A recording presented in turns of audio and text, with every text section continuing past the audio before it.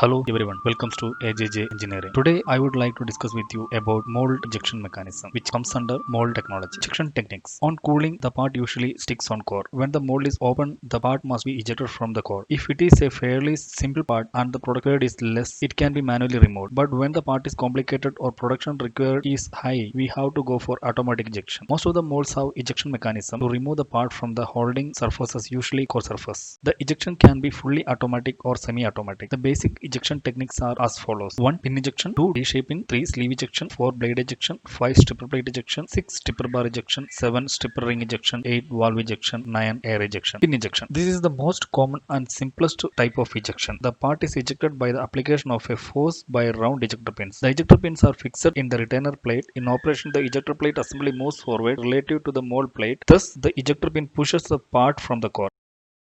The working diameter of the ejector pin must be a good slide fit in the core holes. This will avoid the plastic material leaking through the clearance. The ejector pin is shouldered and sits in a counter bore provided on the retainer plate and supported by the ejector plate. The pin diameter has a clearance of 0.05 mm to 1 mm so that the pin are allowed to float. The reason for this arrangement is as follows. The direction movement of the ejector pin is controlled by the hole in the mold plate. If this hole is not at right angles to the mold plate face, then this arrangement allows a relatively lateral movement between the ejector pin and the retaining plate, thus avoiding the chances of bending or breakage.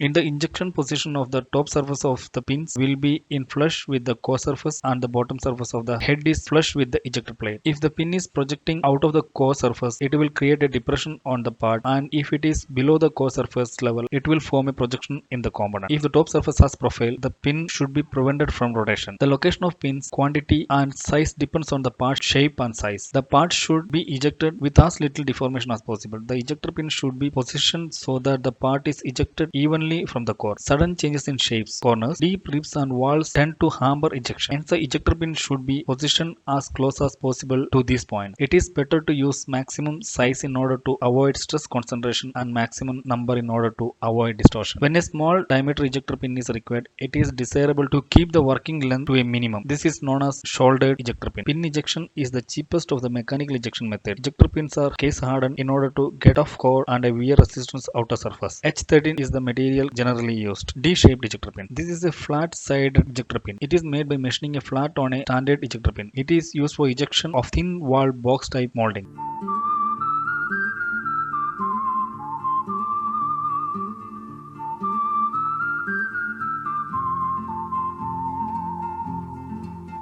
Sleeve ejection. In this method, the molding is ejected by means of a hollow sleeve sliding on a core pin. It is used in the following situation: for the ejection of certain types of circular molding, for the ejection of circular bosses on a molding of any shape, to provide positive ejection around a local core pin forming a round hole in the molding. The sleeve is sliding fit in the core inside and on the core pin, and its rear end is fitted on the ejector assembly. Large diameter core pins can be fitted directly on the back plate. The sleeve and the core pin must be allowed to float because the outside diameter of the sleeve is a slight fit in the core inside. When the ejector assembly is actuated, the sleeve is moved relatively to the core and to the cavity, and the molding is ejected. This is an effective method because the ejection force is applied to a relatively large surface area. This design is restricted to circular moldings. This is a flat-sided ejector pin. It is made by machining a flat on the standard ejector pin. It is used to ejection of thin-walled box-type mold. Blade ejection. The main purpose of the blade ejector is for the ejection of very slender walls such as ribs and other projections, which cannot be satisfactorily ejected by the standard type of ejector pin. A blade is basically a rectangular ejector pin. Stripper plate ejection. Strippers are preferably compared to ejector pins as the contact area is more and there is less witness mark on the part. The ejector technique is used mainly for the ejection of circular box type part and for part with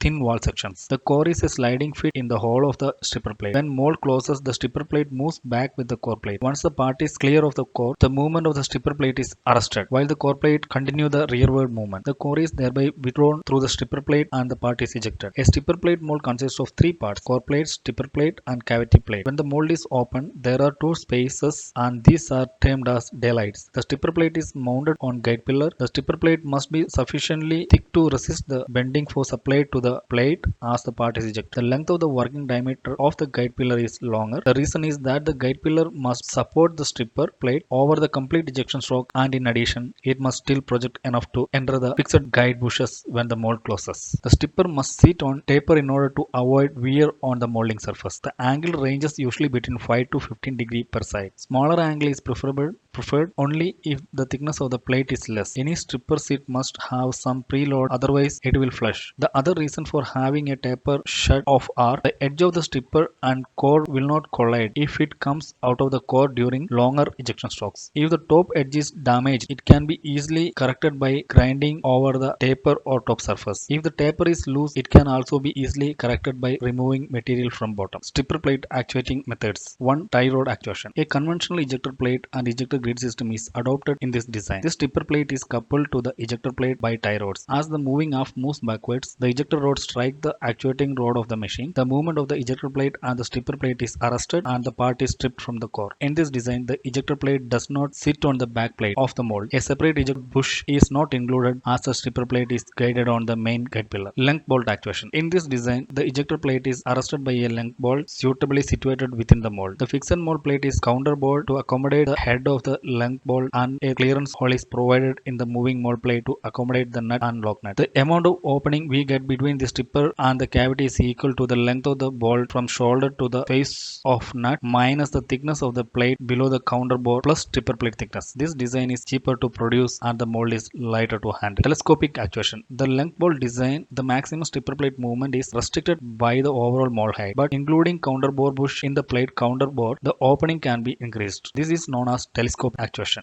Chain actuation. In this case, chains are used to arrest the motion of stripper plate instead of length bolt. One end of the chain is hooked to the stripper plate and the other end to the fixed mold plate. When the mold is in a closed position, the chains hangs down in a loop. As the mold is open, the chains are progressively straightened until they arrest the movement of the stripper plate. Number of chains per side depends upon the size of the mold. This design has certain disadvantage. If the chain swings in between the mold face while it is being closed, severe damage will occur. If one of the chain breaks while the mold is opening, an offset load will be applied to the stripper plate, which will tend to distort this member. Part section through a stripper plate mold.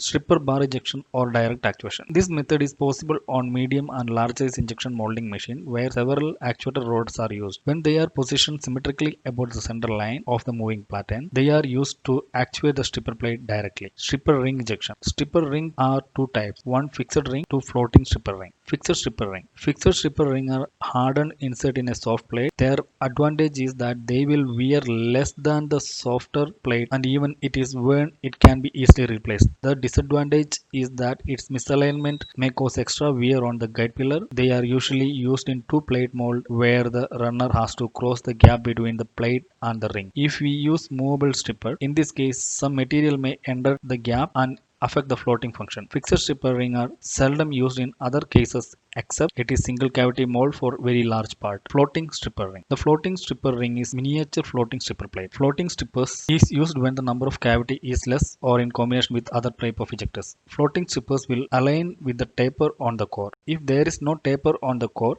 internal diameter of the stripper ring should be 0.1 mm bigger than the core molding surface. The disadvantage is that they cannot be used with two plate mold because of this gap. Stripper ring, stripper bar ejection. Stripper bar can be thought of as a stripper ring with infinite radius.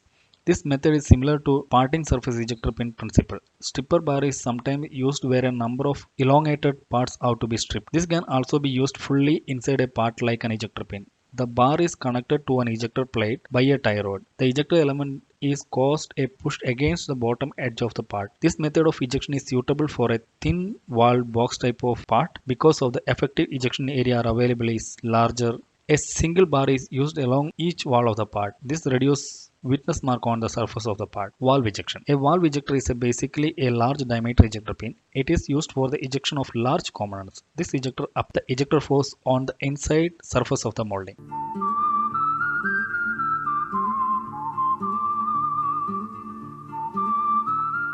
Air ejection. A valve ejector is basically a large diameter ejector pin. It is used for the ejection of large components. This ejector applies the ejector force on the inside surface of the molding. Sprue pullers.